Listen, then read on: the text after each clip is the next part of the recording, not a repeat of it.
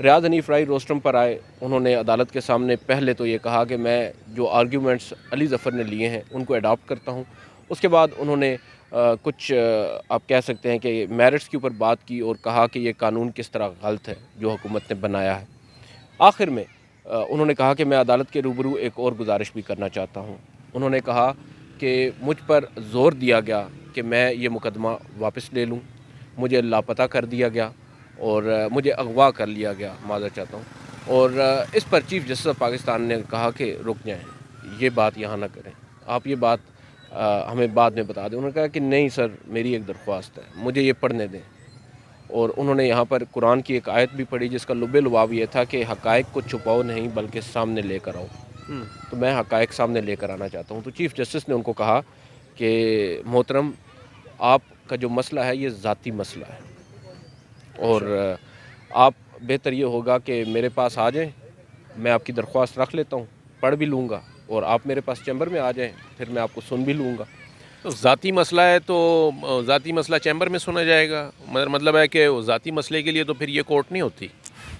سر دیکھیں نا, اب وہ پیٹیشنر ہیں اس کیس کے اندر, اور وہ یہ کہہ رہے ہیں کہ مجھے یہ کیس ہی واپس لینے کے لیے دباؤ ڈالا جا رہا ہے, مجھے اغوا کیا گیا ہے دن دہاڑے, ایک ہفتے براہ راست سپریم کورٹ سے متعلق معاملہ ہے. بالکل ڈائریکٹ اسی کیس سے متعلق ہے جو سپریم کورٹ سن رہی ہے. مجھے یہ سمجھ نہیں آئی کہ چیف جسٹس نے کیوں کر یہ بات کہی. پھر بھی میں اتنا روم تو دوں گا, اتنی اسپیس تو دوں گا عدالت کو کہ عدالت نے شاید ان اٹس اون وزڈم یہ سوچا ہو کہ یہ معاملہ ہم چیمبر میں زیادہ بہتر طریقے سے ہینڈل کر سکتے ہیں اور اس میں اچھا ایک شاید مناسب آرڈر بھی عدالت دے دے. مگر میرے لیے جو شاکنگ تھا یا آپ کہہ سکیں ڈس اپوائنٹنگ تھا, وہ چیف جسٹس کے وہ آبزرویشنز یا ریمارکس تھے جو انہوں نے کمرہ عدالت میں دیے اور اس پیٹیشنر کو, اس سائل کو مخاطب کرتے ہوئے کہا جو اغوا ہو کر بازیاب ہوا اور واپس سپریم کورٹ آیا اور انصاف کے لیے کھڑا ہے, اس کو چیف جسٹس کہہ رہے ہیں کہ یہ آپ کا ذاتی مسئلہ ہے. اور جو سپریم کورٹ کا وکیل بھی ہے اور سپریم کورٹ بار ایسوسی ایشن کا ممبر بھی ہے. سپریم اور عدالت کو میری انفارمیشن کے مطابق معلوم بھی ہے ان کی ابڈکشن کے بارے میں, کیونکہ سپریم کورٹ بار ایسوسی ایشن اس کے اوپر بار بار اعلامیہ جاری کر چکی ہے, پریس ریلیز جاری کر چکی ہے, اور اس پہ باضابطہ طور پر کنڈیم کیا گیا ہے ان کی ابڈکشن کو. باقاعدہ ایف آئی آر درج ہوئی ہوئی ہے, ہائی کورٹ میں معاملہ چل بھی رہا ہے. اب ہوا یہ کہ چیف جسٹس آف پاکستان صرف وہیں پر نہیں رکے, انہوں نے اس کے بعد ان کو ایک لیکچر دیا. انہوں نے کہا کہ دیکھیں ملک جو ہے اس وقت جس صورتحال سے گزر رہا ہے یہ ایک ٹرانزیشنل فیز ہے پاکستان میں, آپ کو یہاں پر صبر و تحمل اور بردباری کا مظاہرہ کرنا چاہیے. اور پھر انہوں نے کہا کہ ہمیں جو موجودہ صورتحال ہے پاکستان کی, جو موجودہ حالات ہیں, اس کے ساتھ رہنا سیکھنا ہوگا. اب یہ وہ اس شخص سے مخاطب ہیں جو شخص اغوا ہو کر آیا ہے بازیاب ہو کر, اور اس نے اتنی ہمت جٹائی ہے کہ وہ آج عدالت کے سامنے کھڑا ہو گیا اور اس نے بتایا کہ میرے ساتھ یہ ہوا ہے, اور اس نے ایک درخواست لکھی. درخواست میں گو کہ زیادہ تفصیلات نہیں ہیں, آپ نے جیسا کہ خود ابھی درخواست کا جائزہ لیا, اس میں ایک سطر میں یہ لکھا ہوا ہے کہ حکومت اور اس کے ادارے, اس کی ایجنسیز اس مقدمے کے اوپر اثر انداز ہونے کی کوشش کر رہے ہیں, اور اس میں انہوں نے اپنا بتایا. اور پھر اب وہ درخواست میں کیا کر رہے ہیں, درخواست میں وہ سمپل عدالت سے یہ کہہ رہے ہیں کہ آپ میری ابڈکشن کے اوپر ایک inquiry, high level inquiry commission بٹھائیں, انکوائری کروائیں, اور معاملہ پتہ چل جائے گا کہ کون ہے ذمہ دار کون نہیں ہے. ایک دلچسپ پہلو اس کا یہ ہے کہ ہمارے دوست متی اللہ جان صاحب, آپ کو معلوم ہے, وہ کل سپریم کورٹ میں جب ریاض حنیف رائی صاحب آئے تو ان کے ہتھے چڑھ گئے. انہوں نے ان سے پوچھا اور ریاض حنیف رائی نے بڑا ایک دلیرانہ فیصلہ کیا. انہوں نے ان کو انٹرویو دیا کل. انہوں نے اچھا بالکل ٹھیک ہے, متی کو ظاہر ہے انٹرویو دینا دلیرانہ فیصلہ ہے. نہیں, میں صرف متی بھائی کو انٹرویو کی بات نہیں کر رہا, دلیرانہ ان اے سینس بات کر رہا ہوں کہ وہ فیکٹ جو ہمیشہ bring the facts before the public and on record. Public کر رہے تھے وہ بات, وہ ہم سے آف ریکارڈ نہیں بات کر رہے, وہ آن ریکارڈ کیمرہ کے اوپر انہوں نے کچھ ایسی باتیں کہہ دیں, اور اس کے بعد انہوں نے عدالت میں اپنا موقف لینا تھا. ہوا کچھ یوں کہ عدالت نے ان کو موقع نہیں دیا. تو میں یہاں پر متی اللہ جان کی بھی تعریف کروں گا کہ انہوں نے بھی پھر اس معاملے کو پبلک نہیں کیا, اس انٹرویو کو انہوں نے نشر نہیں کیا. انہوں نے بھی انتظار کیا کہ پہلے یہ کورٹ کے اندر اپنا بیان دے دیں, کیونکہ آبویسلی ان کے لیے مشکلات پیدا ہو سکتی تھی ریاض حنیف رائی کے لیے, کیس خراب ہو سکتا, وہ سرپرائز کا ایلیمنٹ ہی ختم ہو جاتا.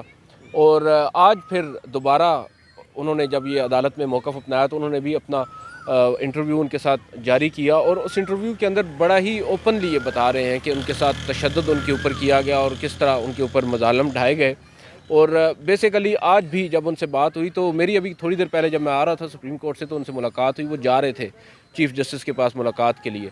تو میں نے ان سے پوچھا کہ کدھر جا رہے ہیں. انہوں نے کہا کہ میں چیف جسٹس کے پاس جا رہا ہوں, میری کوشش ہے کہ آج ہی میں اس کے اوپر عدالت سے کوئی آرڈر لے لوں, کیونکہ آبویسلی ان کی بھی, ہمارے لیے تو شاید یہ ایک خبر ہے لیکن اس بندے کے لیے بڑا امپورٹنٹ, بالکل زندگی موت کا معاملہ ہے, بالکل بڑا امپورٹنٹ لمحہ ہے. اور وہ بڑے کنسرن ہے اپنی سیکیورٹی اور اپنی فیملی کے حوالے سے, اس لیے وہ اب گئے ہیں چیف جسٹس کے پاس.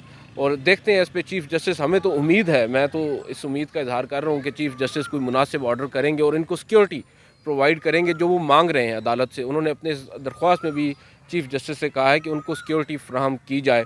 اور جو حالات ہیں ابھی دیکھیں موجودہ حالات, کامران صاحب یہ, لیکن وہ میں پھر دہراؤں گا جس پہ آپ نے بھی یہ کہا کہ چیف جسٹس صاحب کا یہ کہنا کہ جی آپ کو بھی پتہ ہونا چاہیے کہ اس وقت معروضی حالات کیا ہیں اور اس وقت کیا فنومنا ہے, اکانومی کے اوپر تو بات کر رہے ہیں, ان کو سمجھا رہے ہیں اس پہ تو دیکھیں ملک کے معاشی حالات کیا ہیں. اب دیکھیں آپ بڑے ایک پڑھے لکھے بڑے لرنڈ جج ہیں, چیف جسٹس ہیں پاکستان کے, اور آپ کے پاس ایک فریادی آیا اور وہ فریادی کوئی عام شہری نہیں ہے, سپریم کورٹ کا وکیل ہے, سپریم کورٹ بار ایسوسی ایشن کا ممبر ہے, آپ کے پاس پٹیشنر ہے, مین پٹیشن اس کی ہے, اور اس کی ایک پٹیشن نہیں ہے جو ان پر دباؤ ڈالا جا رہا ہے. یہ صرف ایک پٹیشن نہیں ہے, جسٹس قاضی فائز عیسیٰ کے خلاف انہوں نے کنٹیمپٹ کی بھی پروسیڈنگز انیشیٹ کروانے کا کہا ہے عدالت سے. ایک پٹیشن وہاں بھی پینڈنگ کی ہے. جو جوڈیشل کمیشن بنایا ہے جسٹس قاضی فائز عیسیٰ کی سربراہی میں, اس کی کمپوزیشن کو بھی انہوں نے چیلنج کر رکھا ہے. تو آبویسلی ایک سے زائد, جو میں نے ان کو سنا ہے وہ یہ بتا رہے ہیں کہ ایک سے زائد پٹیشن ہیں جن کو وہ یہ کہہ رہے ہیں, کچھ لوگ جنہوں نے ان کو اغوا کیا وہ یہ کہہ رہے ہیں کہ ان کو ودرا کرو کیسز کو اور واپس اپنے گاؤں, ان کا گاؤں غالباً رحیم یار خان ہے, وہاں جاؤ. اچھا, ایک تو یہ کہ ریاض حنیف راہی ہمارے پرانے دوست ہیں, جاننے والے, اور ان کو ہم نے دیکھا ہے, پریکٹس کرتے بھی دیکھا ہے. بنیادی طور پر یہ ہر وہ والا کیس جو کہ حساس نوعیت کا ہو, ہر وہ کیس جس میں کہ اسٹیبلشمنٹ جو ہے وہ ملوث ہو یا اسٹیک ہولڈر ہو, اور ہر وہ کیس جو کہ اس نوعیت کا ہو کہ جس کو جج صاحبان کے لیے فیصلہ سازی جس میں کرنا مشکل ہوتا ہو, ہر اس کیس میں ریاض حنیف راہی جو ہیں وہ پٹیشنر ہوتے ہیں. ایک یہ بھی ہے, بنیادی طور پہ ایسے وکلا کو کہا جاتا ہے کہ یہ پرو بونو پبلکو یعنی کہ ہیں, یعنی اس کا مقصد یہ ہوتا ہے کہ جی آپ خدائی خدمتگار, یا آپ کہہ لیجئے کہ مفاد عامہ کے جو کیس ہوتے ہیں عوام کے لیے, عوام کے مفاد کے لیے, وہ سپریم کورٹ میں لے کر آتے ہیں. لیکن یہ بنیادی طور پر دیکھا جائے تو ٹھیک ہے, یہ مفاد عامہ کا کیس ضرور ہوگا, لیکن ہر اس کیس میں پارٹی بننا جو ہے نا وہ شاید ان لوگوں کے لیے ناگوار بات ہوتی ہے جو کہ اس قسم کے مقدمات میں پرائمری اسٹیک ہولڈر ہوتے ہیں. تو ورنہ آپ سب کو معلوم ہے کہ یہ جو نامعلوم ہے یہ سب کو معلوم ہے. اور تو بس یہی کہا جا سکتا ہے اس میں, جو خاص طور پہ عدالتوں کا جو رویہ ہے یا جج صاحبان کا جو جس طریقے سے وہ اس کو ٹریٹ کر رہے ہیں, تو وہ اس میں یہ ہوتا ہے کہ ایک پرو ایکٹیو رول ہونا چاہیے, وہ مسنگ ہے. وہ اس قسم کے کیسز میں ہمیں ہمیشہ ہی مسنگ نظر آیا ہے.